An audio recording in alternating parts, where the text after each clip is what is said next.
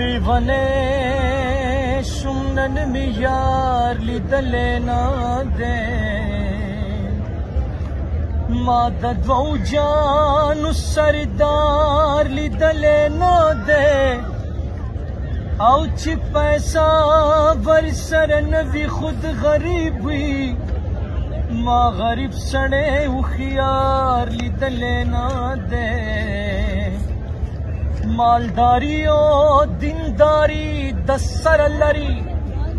یما مالدار ایماندار لیدلی نه دی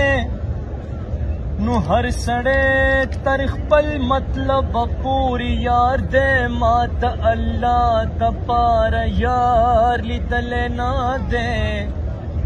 او هر ونه خپل خپل میوه نیسي